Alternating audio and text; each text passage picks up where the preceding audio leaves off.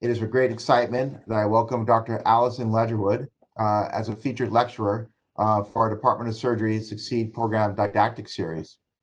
The purpose of the Department of Surgery Succeed program is to provide mentoring and support for our faculty and trainees and provide them with an environment that maximizes their professional development. In addition to her academic appointment in the Department of Psychology, Dr. Ledgerwood is the principal investigator for the Attitudes and Group Identity Lab.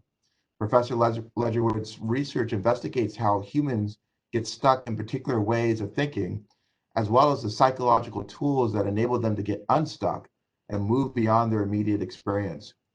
Her lab seeks to answer questions such as when and why do people get stuck in negative or positive ways of thinking about something?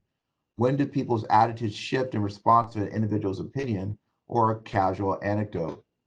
Her research has been funded by the National Science Foundation and the Hellman Family Foundation. She has served as an associate editor at the Journal of Personality and Social Psychology and Perspectives on Psychological Science. Dr. Ledgerwood hails from Berkeley, California originally, and did her undergraduate work at Amherst College and a master's and a PhD in psychology at NYU. I would want to thank Dr. Ledgerwood for joining us today. Just as a few quick notes, we will be opening up to questions after Dr. Ledgerwood's presentation, which can be via audio or chat function.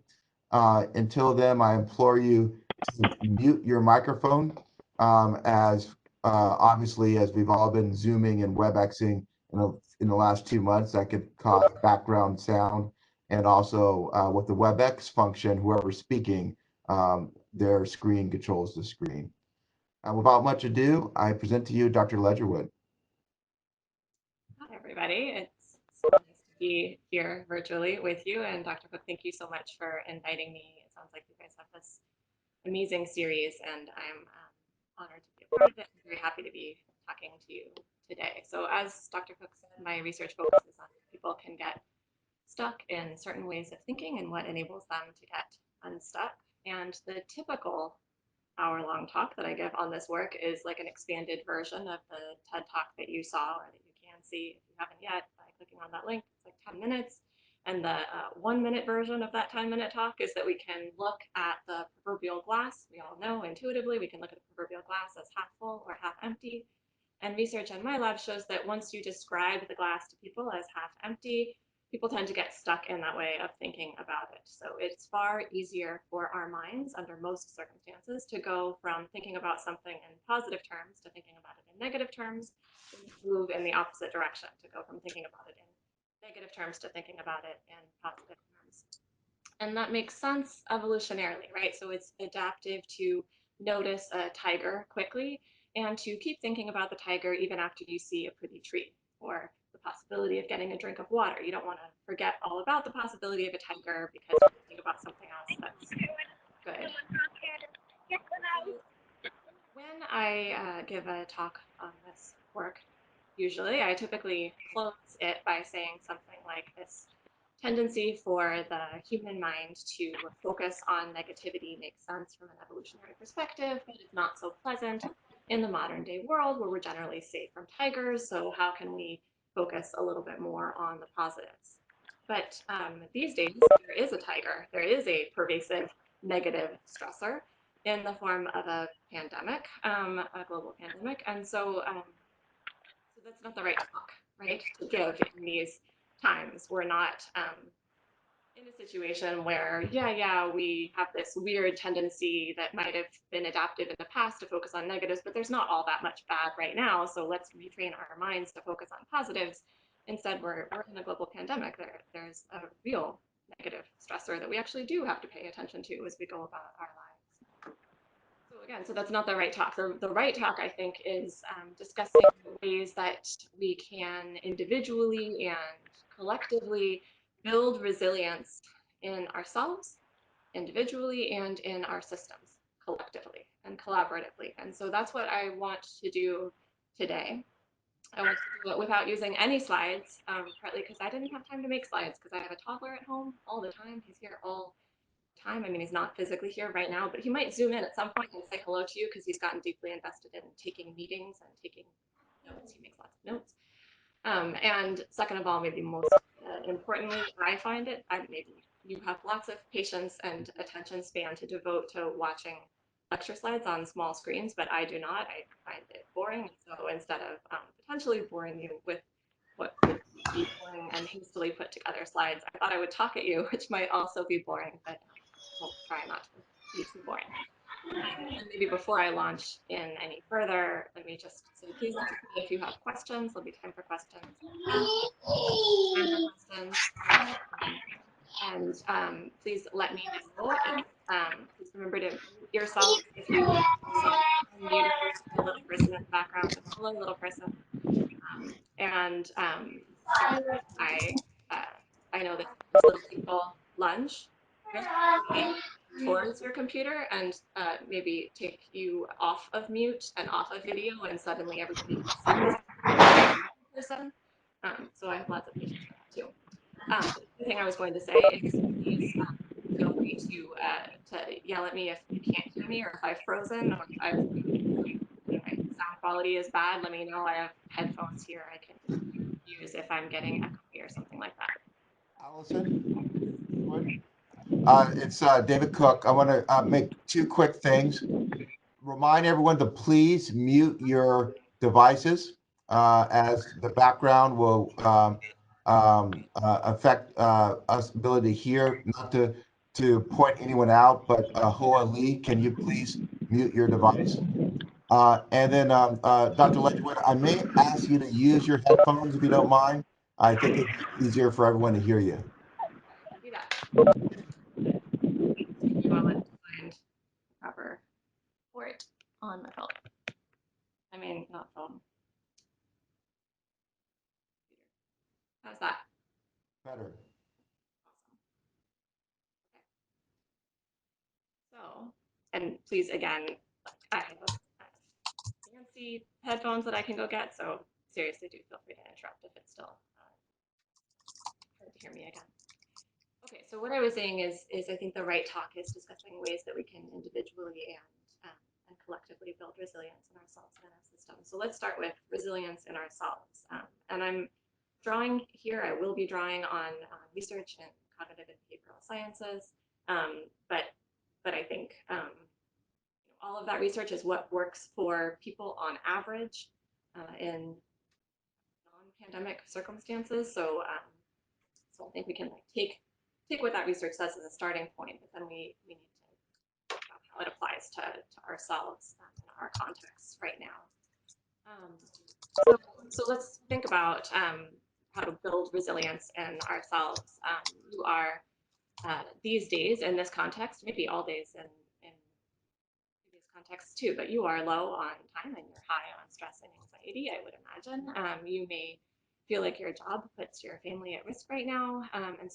And so what do you do in that context, and how can we draw from research and experience to try to find some ways to build resilience in that context? I think the key question to answer for ourselves really boils down to a very basic question about what makes us feel recharged. So there are things that make us, things that we do to relax, like I can watch an hour of TV and that turns my brain off, but it doesn't make me feel recharged, right? Recharged is the thing that I do for an hour that gives me more energy afterwards than I had before. So if I talk to a really good friend for an hour, I have more energy at the end of that than I did at the beginning. So I would count that as something that makes me feel recharged. And we all probably had answers to this question of what makes us feel recharged in our old reality. But part of what makes our current reality so challenging, I think, is that so many things are different in so many ways. And so I think we have to become detectives. We have to do some data collection on ourselves. We have to figure out anew the answers to this question. So maybe we could just take an awkward minute or two right now to actually sit and think about, and maybe write if you have a pen and paper, or the note function on your phone. Actually try to write down for a couple minutes in the last few weeks, what have been for you the moments of calm, the moments when you felt okay or happy or recharged or slightly higher energy, any of these things. What were you doing? It doesn't have to be a long amount of time that you spent, and it doesn't have to be a long amount of time that you felt recharged. So I noticed that yesterday I had this lovely 20 seconds of stirring a pot as I was cooking. And it was just 20 seconds that I was stirring this pot and feeling like very calm, stirring and the cooking and the quiet in the house. And then my toddler came zooming in. So it really was only 20 seconds long, but that counts as something that makes me feel recharged cooking, even for 20 seconds. So I'm gonna just sit here silently for a minute and actually give you time to write, because I think this can be a really useful starting point. And just jot down what comes to mind about the circumstances or the context or what you were doing, or where you were in the last few weeks, in the moments when you felt calm or okay, charged or happy. It's possible you wrote down many things, that you had many ideas. It's possible that you wrote down no things because you have no idea. Or it's possible that you thought to yourself, there have been no moments like that. And I'd say if you found yourself in that last situation where you felt like there have been, first of all, I'm about to suggest some ideas based on research, but also it might be useful to take some time after this and first write down all the crappy stuff that comes to mind when you try to write about the positives. It's really important to acknowledge negatives before we can focus on positives. And so sometimes it helps to give yourself 2 minutes, 5 minutes to just write down the things that have been making you feel bad and stressed and negative, frustrated, and then turn towards what might feel better, what might be a situation or an activity that would provide some calm, some feeling of having the resources, having energy. All right, but in the spirit of generating some new ideas or sparking some new ideas, let me tell you about what research suggests works for many people much of the time, to boost happiness and well-being and improve resilience. But then again, I think it's really important to figure out this list for ourselves and pay attention to what actually works and doesn't work well for us. So one big area of research in happiness and well-being is focused on the link between social connection and happiness, and also social connection and physical health. And so we all know intuitively that spending time with people who are important to us makes us feel better, like those people. And there's research showing that spending time, especially with friends and family, boosts people's well-being on a day-to-day basis. But again, what does that look like these days? Obviously, the ways that we connect with other people have really changed, whether it's you're connecting virtually instead of in person, or you're taking a walk from far away instead of sitting right next to somebody. Um, and I think the way that it feels to connect with people has changed as well. So again, we have to be detectives and experiment on ourselves. One-on-one interactions versus group interactions may feel different to you over Zoom or FaceTime than they do in person. You might want to experiment with how much time do you want to spend talking about different topics, or set time limits on some topics. I know for myself, I really enjoy being in person in a group of, say, 10. And I've noticed over the last couple months that I find it exhausting often. Unless I'm having a very good day in the midst of everything, I find it exhausting to be on a Zoom or a video call with 10 friends as opposed to one friend. So I've shifted the number of people that I tend to interact with, because I found that one version or another version was working better for me in its context. So finding ways to connect with other people, but also keeping an eye on what actually feels good versus not, and it might change from week to week, I think is one useful direction to go. Is there a question?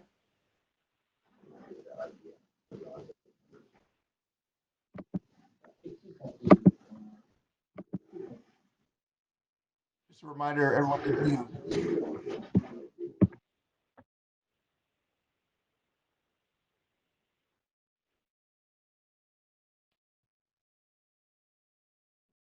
I will continue, but can somebody tell me if you can still hear me? I think, yeah, we can see you. Um, so social connection is one piece to think about. Thanks. I'm getting used to how WebEx moves when different people talk. It's a little bit different from Zoom. So thank you for the reassurance that I am still here and you are still here.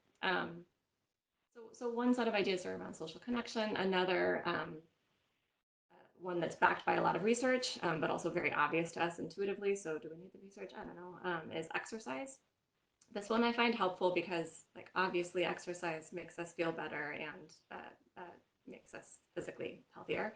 Um, and yet, even though I uh, uh, look at this research a lot, and even though I know it intuitively, exercise is like the first thing. I don't know about for you, but for me, that I sort of shift to the back burner when things get busy and stressful.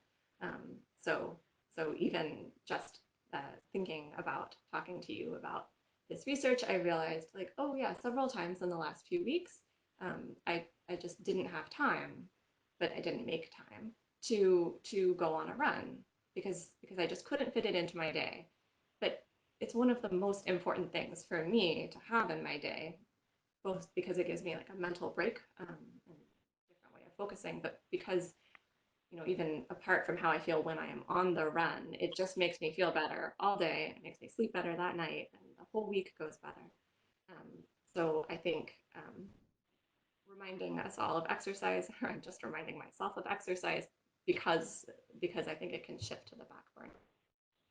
Okay, so social connection, exercise, those are two big ones. A third really useful strategy for improving mental health and well-being is practicing gratitude. So there's research out of UC Davis that has looked at this idea experimentally.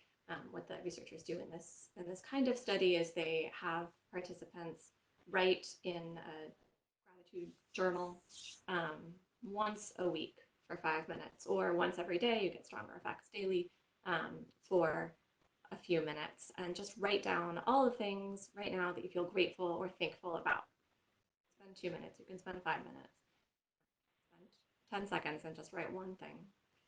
And in these studies, participants who are prompted to write about things that they feel grateful for end up experiencing greater happiness and well-being and fewer physical symptoms than participants who are in a variety of control conditions.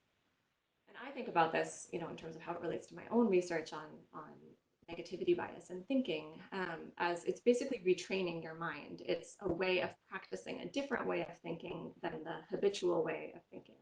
So our mind tends to gravitate towards problems, towards challenges, towards stressors.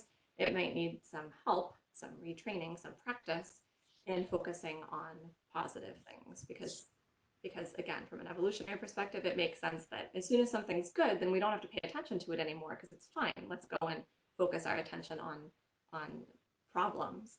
But from a mental health and well-being resilience perspective, we need a little bit more balance, right, on a daily basis. So you can practice gratitude, and I don't know if you're sitting there thinking to yourself, like, that sounds so hokey. I have been when I say it, it sounds a little hokey. Practice gratitude, and if you think it sounds like a great idea, then sorry, like, it really is a great idea, um, and so you can do it as a regardless of whether you feel like it sounds a little hokey or not. It actually works, and you can do it in a, like, I am going to spend 5 minutes doing this writing exercise. I did that 5 or 6 years ago now.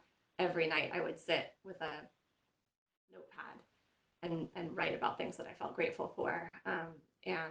And the first night I sat there and I thought of, I don't know, two things, and they seemed really silly and trivial. And the next night I thought of maybe three things, and one was important and two were trivial. And the next night I thought of four things. And it got easier and easier as I did it, and I wrote more and more. And the really cool thing was I started to notice that I was thinking of these positive things, these silver linings or bright sides of my day at other times of the day as well, right? I noticed this shift in sort of where my mind would habitually go. And so the point here is that just as you can practice a new way of driving to work or a new physical skill. And the more you practice it, the more habitual and automatic, or habitual, I guess, was my mind's attempt to combine those two words. The more habitual and automatic it gets. The same thing happens with any sort of mental habit, right? So you can practice focusing on positives, and then it starts to become automatic as well. So you can do it in that sort of formal gratitude journal sort of way. You can also do it in a less formal way. So I did the kind of daily diary thing that one time, and since then I've done it differently at different times, that I caught myself sort of tilting too far into negative thinking. And so these days, the way I'm doing it is that it's really important to me to spend a few minutes over dinner with my partner talking about the things that happened during the day that were good. And so we reserve like 10 minutes every night. And sometimes it's longer than that, sometimes it's shorter than that, but we try for a chunk of time when the toddler is not interrupting, to just sort of relive and share the little moments or big moments during the day that were positive. A success paper got not too terrible, revise and resubmit. Our kid said something cute. There are new flowers in the garden, whatever it is, right? And again, I've noticed that after we did that for a few nights, it helped me during the day as well, sort of more automatically shift my attention and feel like it was a little bit more balanced. A fourth idea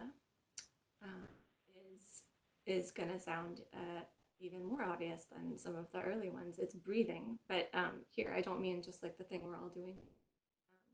I mean breathing in a particular way, and so this is pulling from research outside of social psychology. There's clinical psych research on this, and other research as well, that just shows the very large effects in some cases, that important effects that breathing in a particular way can have on you. Guys probably already know this, can have, just because of the way that your whole body, right, changes in response to slower breathing versus quicker breathing. And you can make yourself feel anxious, or you can make yourself feel calm based on how fast you're breathing and the ratio of the inhale to the exhale. And so there's a good bit of research on breathing in the style of in for 5 and out for 5, and doing that. I'm going to do one right now. Feel free to join me.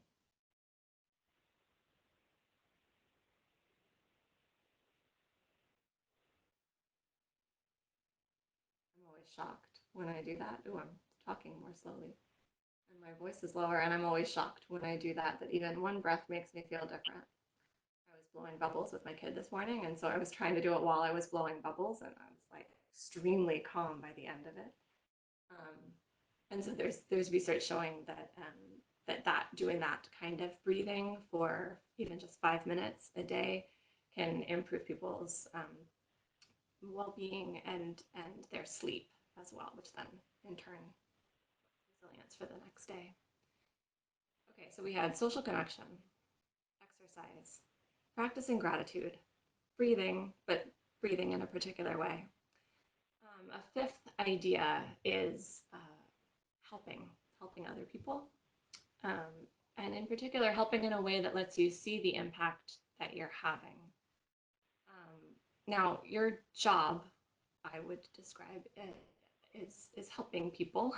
But I could also imagine that sometimes it's hard to focus on the positive impact that you're having. It can be hard to notice positives once we get used to them. And of course, it's hard to notice positives when they're mixed in with negatives. So a successful surgical procedure might take up your attention and make you feel good for a minute or whatever, until something goes wrong in your day, and then you're focused on that instead. And the first time you do a new technique or a new procedure, it might feel amazing. And the 20th or 40th time, it might feel like, well, that's just kind of what you do, as opposed to, I have helped somebody and I get to just revel in that all day. So we can also, when that happens, we can try to seek out new ways of helping people. So donating to a new charity can sometimes feel better than donating to one that you've donated to already. And if you're donating to a charity, for example, find one that lets you see the concrete impact that you're having. So two of my favorites these days are the Sacramento Food Bank, which for every $1 that you donate provides 5 meals to a family. So you can know if you set up a monthly donation or you do a one-time donation, you can envision the actual impact that that money is having, as opposed to I just sent some money somewhere in my computer to go across the internet and do a thing, but I don't know what that thing is. And my other favorite these days is sending for every $100 that you send to Weave, which is a key provider of crisis intervention services for domestic violence survivors in Sacramento. For every $100 you send to Weave, it provides a night of safe shelter for a mother and child. So that's another one where you have this sort of concrete sense of I have done a thing, as opposed to I sent some money somewhere. And the same idea applies to any other sort of helping behavior. It helps us to feel better. It makes us feel like we're having a meaningful impact when we can actually see the impact. So with these sort of basic ideas from the research in mind, I'd encourage you to collect some data on yourselves over the next few days or weeks on this question of what makes you feel recharged these days. And again, it might be the same or different or a twist on what worked before. So for me, it's been talking with friends, and that's something that worked for me before. But it's these friends and not those friends. So I've noticed that there are some friends that I talk to who are just in a very different circumstance than me. They, in whatever way, and so they might be talking a lot about how much time they have these days to work on all their papers, and I do not have all the time these days to work on all the papers, and I love those friends dearly, but I cannot talk to them right now, or at least I can't talk to them right now and feel recharged. I need to talk to a set of friends who are in more similar circumstances these days in order for it to have a sort of positive effect on how I'm doing. It's gardening. I love gardening, but it's 5 minutes of gardening as opposed to an hour of gardening. It's 10 minutes at dinner reserved for focusing on what happened today that was good. And I'm still collecting data on myself because I just do that in general. I may or may not record it in an Excel spreadsheet, but I think it's a good way to sort of fine tune our ability to build supportive activities into our own day that boost our resilience, right? Then a stressor happens or something bad happens, or you're just dealing with general stress, and it doesn't impact as much because we've got these sort of baseline activities going. Okay, so those are all tools for supporting ourselves. Maybe I'll pause just in case anybody wants to jump in with a question, but the next thing I want to talk about is how do we support each other?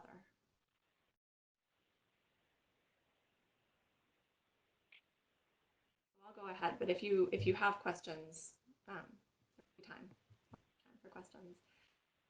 But I did want to talk briefly about not just supporting ourselves, but also supporting each other. And we can think about this informal relationships and formal ones as well. So interpersonally and informally, I think it's really useful these days to, well, building on research suggesting that, as I mentioned before, that an essential part of well-being is acknowledging negative feelings. So the message of our mind tends to focus on negatives is not, so therefore don't let it. It's, so acknowledge the negatives, but then also practice focusing on the positives. And so building on that research in an interpersonal setting, I think it's important to keep in mind that when other people come to us for support, one impulse is to respond. If you care about the other person and they tell you a problem and you have a solution, so you tell them the solution, you fix it for them, and you've been so helpful, and yet they may not feel like that's helpful. They may not feel heard. So a very good friend of mine came up with a brilliant thing. She came up with a brilliant thing, which is just the sentence, empathy or fix it, the question, empathy or fix it. And I now use it in so many relationships when somebody tells me a problem, because sometimes you tell somebody a problem and you tell them because you want empathy, and sometimes you tell somebody a problem and you just want them to fix it for you, and sometimes you want both. But the just fix it version is actually relatively rare. We usually want to feel heard, and then maybe also fix it. And so I think it can be really useful when somebody is sharing something that's stressful or anxiety provoking or a problem that they have, even when we find ourselves with the perfect solution that would solve it all for them. And I'm a fixer, so I'm often finding myself in this role. I think it's really useful to pause and just ask them, do you want empathy right now, or do you want solutions, or empathy, or fix it? And then if they ask for empathy, just the empathy. Um, and I think that can go a long way to helping support each other in a way that actually feels supportive to the other person. And the other thing that I'll just throw out there, that again is a mishmash of research-based and experience-based, is to beware these days, especially of social comparisons. I think find myself, so the research is that the way we feel about ourselves and other people in the current moment depends a lot on what we're comparing to. And so we tend to feel badly about ourselves when we compare ourselves to somebody doing better. We feel good when we compare ourselves to somebody doing worse. And the experience part is that I notice for myself these days when I am on these various video calls with other people that so it's that people's experiences vary so widely right now, in general, also right now, especially right now, and so I think that the range of these social comparisons has just maybe expanded compared to what we're used to. And it is so easy to do these upward social comparisons to somebody who appears to be doing better than us, whether it's on social media or in a conversation. And our kind of first glimpse of them is that they have it easy or good right now for some reason. And I think that can really threaten positive social relationships. So I'll tell you a story in case it's helpful, or in case you find yourself doing this too. I was on the phone, on the Zoom, on the FaceTime, whatever. I was on my electronic device with a good friend of mine the other day for the first time since in the US. And she was on the deck of her house in Connecticut. She has this, she works in New York City, but is currently working long distance from this house that she has in Connecticut with this giant deck. She lives, that house is a few doors down from her parents, so her parents are helping care for her kid. And she has a toddler too.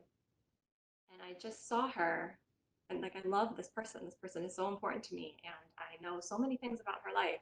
And I saw her in that moment, and I was so like some ugly combination of like jealous and mad. And she's like sitting in the sunshine with her blonde hair blowing in the wind, and her parents are probably taking care of her toddler, and she just has childcare all day, and she must be writing 20 billion papers a minute. And meanwhile, I think she saw from something that came out later in the conversation, she saw me and she was thinking that she knows that I have a partner who has a flexible schedule like me and can basically do 50% of the childcare and is committed to doing 50% of the childcare, and that's not her situation. And so I think she was looking at me feeling all the same things that I was feeling. And I think each of us said something that was a little bit along, like sort of snuck out sideways. Um, and then we got over it and talked about various things that were hard right now and did empathy or fix it and had a really great conversation. But it was just this moment of um, noticing that tendency towards social comparison in myself, and how wrong we can be when we're just looking at the surface of how somebody else is doing, or when we just see part of the picture. Of course, everybody's trying to put on a brave face for everybody else, so of course everybody else looks like they're having an easier time than you. Um, and so this is a long tangent that is hopefully helpful as opposed to too much sharing. And just kind of putting the two pieces that I was just talking about together, I think I would say, let's push past those superficial level social comparison tendencies that we have and try to learn enough about each other's situations that we can do a true empathy or fix it kind of thing. I think those are the kinds of social connections that we need in the current situation and sort of always to have a good interpersonal system of support. That's informal interpersonal relationships. We can also think about formal interpersonal relationships, formal structures of support. So I would really encourage all of you to think about whether there are ways to implement new mentoring systems, or if you have some good mentoring systems already in place, are there ways to beef them up, improve them, or re-energize them in your department? And I would say this for all levels. Are there good mentoring systems for medical students, for residents, for fellows, for faculty who are just starting out, for associate professors, full professors? Like, all of us need some form of mentoring, and creating systems that formalize those sorts of relationships and provide some guidance for those kinds of relationships, I think is always important, but is especially important right now. Okay, and then the final thing that I wanted to touch on was the sort of systemic kinds of support that go beyond just kind of one-on-one mentoring relationships. So I think and we are seeing that a pandemic magnifies existing inequalities. And if we want to support each other, it's essential that we take this issue very seriously and very centrally as we navigate the current situation. A crisis like this one tends to make us focus on sort of, what do we have to do right now? We end up being reactive instead of proactive. We can end up just trying to patch up existing systems as opposed to creating, capitalizing on new opportunities or spaces to create new systems. And I think that would be a mistake if we missed the opportunity to reimagine or reinvent some of our systems right now. So what am I talking about? I'm talking about things like broadening participation in decision making. I think anyone involved in making decisions at any level right now needs to look around the table, virtual table or the in-person table, very carefully and ask who is not here, and how can we get them here? And maybe they don't have time to be there. So how can we create opportunities for people who don't have time to be here to still have input? I think for any new policies or practices or programs that are being started in this context to try to deal with fallout various ways, I think we should be capitalizing on the opportunity to embed evidence-based practices for diversity and equity and inclusion. Way easier to incorporate these practices from the beginning than to sort of cobble together something thinking, oh, we'll figure that out down the line, and then try to retroactively add these pieces back in. So I think we can be growing new policies, new programs with diversity, equity, and inclusion in them from the start, from the start. And then I think a final piece is to well, not a final piece, 3 of 20 things that we could talk about now, but I'm going to cut myself off after this one. It is to consciously expand our research collaboration networks. So research shows that women and people of color often face barriers to inclusion in informal professional networks. And there's a version of reality where that gets even worse now for various reasons. And I think supporting each other right now means building more inclusive networks. So when we're putting together, if you're putting together a conference session, a grant, a research team, any kind of collection of people, I think we need to push ourselves to go beyond the first names that pop to mind and think about what are the collection of experts, what are a broader set of voices as opposed to a narrower set of voices that I could be bringing together in this context. Again, whether that's a conference or a grant or a paper or a new research project. I don't know what it's like in surgery these days. In psychology, I have seen so many new collaborations starting, and they are collaborations of primarily American white men, full professors. And so there are these giant papers coming out, and it's the people and people not with young kids. And I think we can do better. I think we can be creating more inclusive networks, and there are so many um, uh, more inclusive ways of doing science and creating networks that go on to foster other networks.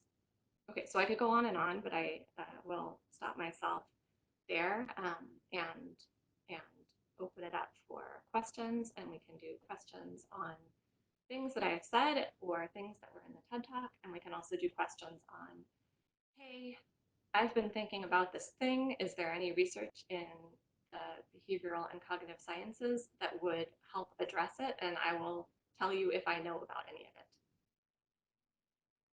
Great. Thank you very much, Dr. Ledgerwood. Um, do we have questions from the audience?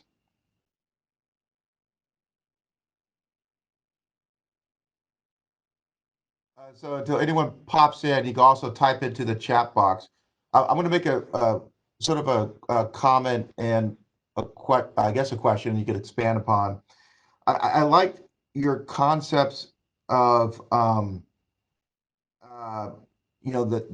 the small snippets, and what do I mean by that? So, for instance, you mentioned exercise. You mentioned gardening in your garden as something that sort of grounds you into something that's enjoyable. But then you also say, I don't need a garden for 2 hours. I could garden for 5 minutes or 10 minutes. You discuss sort of, I guess, what's called journaling, to write down or things that happen positively in your day, but not necessarily like our high school diary where we write in it for hours. So, I know people have talked about napping for a few minutes or 5 to 10 minutes, but these are all sort of key aspects, key things that you talk about to get us unstuck, but they don't take long. Do you want to sort of expand upon that? Yeah, I think that's a good connection to the short nap idea. Um, and I think it's a good connection in two ways. One is that right, short things can have outsized impact on our day, and they're not substitutes. So I don't think we don't take away from the research on micro naps or whatever they're called that we don't need to sleep ever for more than 10 minutes at a time, right? We take away that in addition to a full night or whatever you do when you're a surgeon, shortened full night of sleep, we can also micro nap. And similarly, I think the message is not we don't need to spend any real amount of time on our happiness and well-being. We can just do it in 2-minute bursts. But I think the 2-minute bursts help, and they're better than nothing. So I think, especially these days, finding micro versions of the things that make us feel re-energized can be really useful. Great.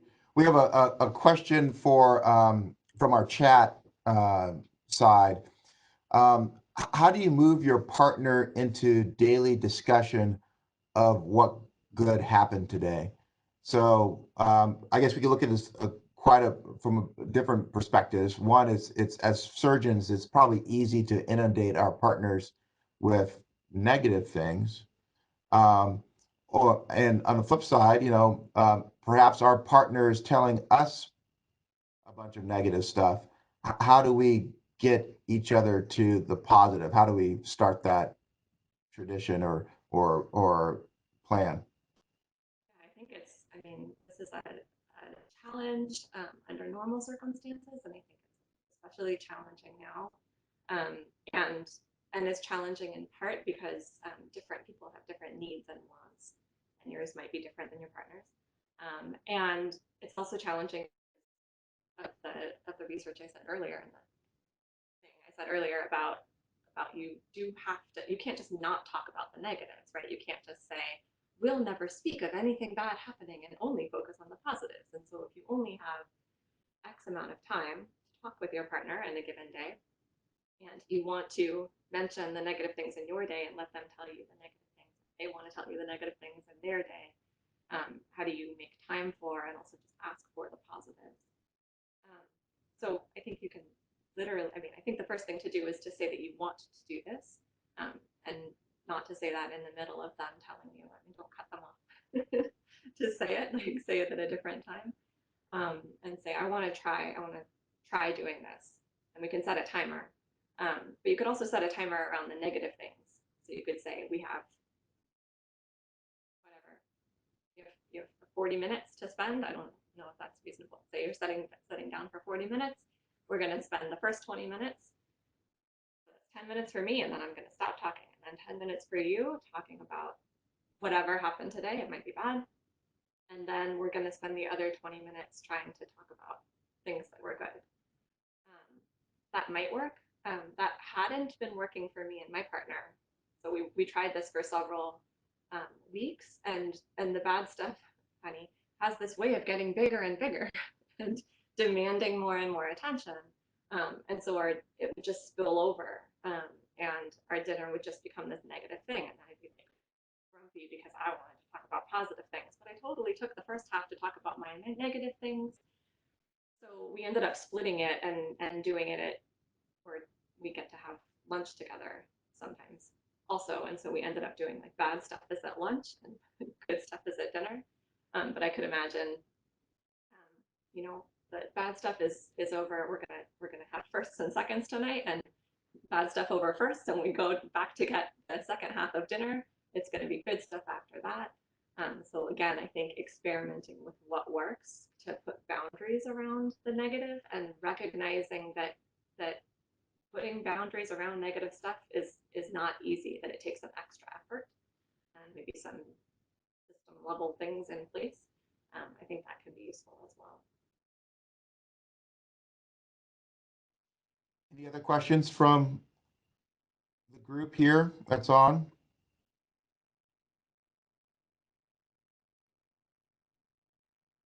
So another question is kind of getting back to what you talked about, social connectiveness, and specifically, in this sort of shelter in place COVID-19. I've noticed a lot of, we have one in our Department of Surgery. We have a Zoom happy hour. I've noticed other Zoom happy hours and things like that. Is there data that video-based connectedness works or is helpful? Yes and no. So mostly yes. So interacting with people online, especially when you can see them and they can see you, can in many contexts give us many of the same sort of well-being benefits that face-to-face interaction has. And there are things that you get when you're in person that you don't get over video. There's little variations in tone and micro expressions that are harder to pick up when you are in a video chat context, especially if the connection isn't great. If there are multiple people, you're not really paying attention to the other person in exactly the same way that you would if it was our visual and perceptual systems are built for interacting with other people in real life, go figure. And so we don't screen out in the same way irrelevant information and focus on the relevant information when we're watching a Brady Bunch cube of people, as opposed to when we're in a real room full of real people.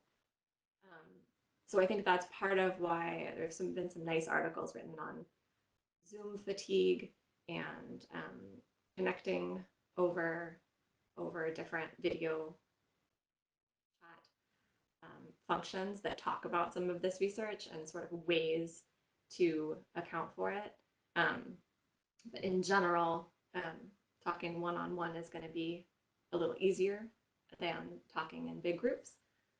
If you find that like a Zoom happy hour with many people doesn't do it for you, try a Zoom happy hour with fewer people or one person. and video tends to be better than phone because we can see other people's expressions. But then again, I find that when I'm working remotely, like teaching remotely and meetings remotely, I'm in many Zoom meetings throughout the day. So I am sitting a lot and I cannot pace. Like I'm a pacer, and if I start pacing or doing my like fun swivel in the chair thing, that's weird to look at from your point of view. So I'm sitting very stationary for much of the day. And so I actually really love these days phone calls because I can pace around and like maybe even garden while I'm talking to somebody. So again, I think knowing the research is useful, but also just being creative and experimenting on yourself can be useful as well. Yeah, it's interesting. I was in a conference call last night, and this is a like a scheduled conference call monthly that basically has occurred in the last couple of years. And for some reason, I instead of continuing a conference call, we moved to video conferencing because that's what everyone's doing. And one person said, you know, I really like this video conference thing for these conference calls. It makes it more interesting as some people are drinking their old fashioned during the call, during the video conference, and you can see people's dogs uh, and pets get into the view. So it was a lot more lighthearted. I wasn't the only person cracking jokes during the call, so it's pretty good. I noticed one of the thing that kind of you said that resonated with me was empathy or fix it. And you know, my wife always says to me, you don't have to solve everyone's problems, especially at a cocktail party or when you're having a conversation with someone. Um, and is do you find is there data to support that when someone is telling you bad news, they're not always looking at for a solution, they just want to tell you bad news? For sure. So there's some cool research out of UC Berkeley showing that people do better when they can talk about negative things as opposed to just positive things, and they do better in interpersonal relationships, and that people value when their relationship partner, just meaning another person that you're talking to, um, lets them, creates an opportunity for them to talk about negative stuff as well as positive stuff. And there's research on how important it is to feel emotionally validated. So if you're in a bad mood and somebody's like, but this isn't really a problem, that does not feel good. There's also some research, though, showing that it's complementary, showing that we often think about this is again goes back to negativity bias, and we think about negative things and more than positive things, and so we often think about like our good friends are going to be the ones. The thing we really need friends for is to vent. It's the people who are there for you when times are tough, and that's true. It's important to have friends who are there for you when times are tough. And research out of UC Santa Barbara shows um, that the most important thing about a friendship is actually the part where friends capitalize with you, which means celebrating successes, as opposed to just being there for you when things are going badly. And I think that research is also useful to keep in mind. And again, especially these days, because like there are so many things that are hard, and there is so much negativity, and we do need people we can talk to about that. But there are also some things that are happening that are good, right? Just individually or more collectively.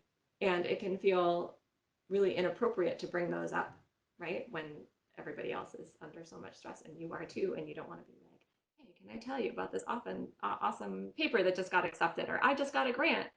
And it seems like you can't say that out loud, at least to most people. And so remembering again to share those positive things, but knowing who you can share those positive things with and who is going to be all excited and happy for you is really important too. And uh, another, if anyone else has other questions, feel free to pop in or type in the chat. But you know, before we started, we were talking about your lab, and you mentioned you have several postdocs and I think your total lab is about 20 people, correct, or if not more, and you're working from home. So how do you maintain that connectedness, cohesiveness, and productivity, um, and keeping spirits together, um, uh, in this sort of time, this sort of era that we're living in now? How do you keep your team together and keep it in the right direction? Important question. And I guess you could ask them if I am, but I think I am. So we have weekly lab meetings over Zoom, and every other week would be just me and the PhD students and postdoc, and then the alternating weeks would be everybody, including the undergraduate research assistants. And one thing I did this quarter, since everything is remote and the undergrads are doing almost everything remotely too, is I opened up every meeting to undergrads, but made it very clear that for everybody, every meeting was optional. So come if you can and you have the bandwidth for it and you think you would get something out of it. And if for whatever reason you don't feel like you can do it or that you don't want to do it that week, just let me know. And but I won't ask questions about why, just so I'm not waiting for you. And don't come. And I think that has worked really well. And there are some undergraduates that are showing up each week and some who show up sometimes, sort of when it feels like it would be useful for them or not. Um, Early on, I started, we would spend some time um, talking more informally and interpersonally than we probably used to in person. I started with, let's go around and each person, if they want to, can share a thing that's hard these days and a thing that's going well or good or positive these days, even if it's a small thing.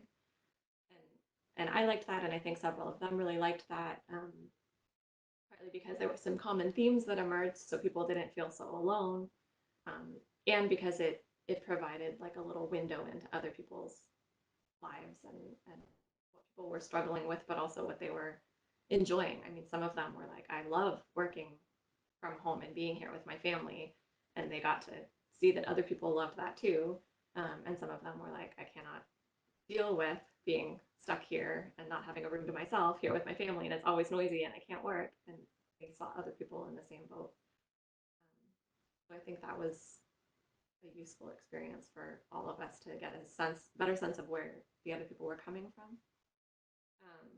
I meet individually with my graduate students once a week over Zoom, and they, before this started, we would often do a writing retreat, me and my PhD students, once a week in person. So sometimes they would come over and we would do the writing retreat is like 2 hours where we all sit and write and work on a paper that we have in the queue. So sometimes they would come join me in my backyard. Sometimes we'd meet at the coffee shop, and we would write for a couple hours together. And I haven't been doing that these days because I don't have time, but I know my PhD students are still doing that over Zoom, which I think is awesome. And it's also kind of amazing that that would have any. I mean, they're literally sitting there with their Word document open. It looks just like you're sitting there by yourself, but their camera's on, and they know the other people are there, and they can like ask each other a question every now and then, or you can do it on two devices so you can see the other people. And they love that. Like they find it so helpful for sort of concentrating in a context where it might be really hard to concentrate, or sort of just knowing that other people are there and not feeling so isolated, and feeling like they're sort of all working together on a common goal. That's another idea. So a Zoom writing party. So that's a new one, and that's going to be very novel. Dr. Ledgerwood, thank you very much. This has been a wonderful hour. Um, your 5 key points: social connectedness, exercise, practicing gratitude, breathing, helping with a purpose. I think we all can take away and help ourselves as well as help others. Thank you very much. I really appreciate it. Stay safe, and I look forward to your next TED Talk. Thanks so much for having me. All righty. Take care.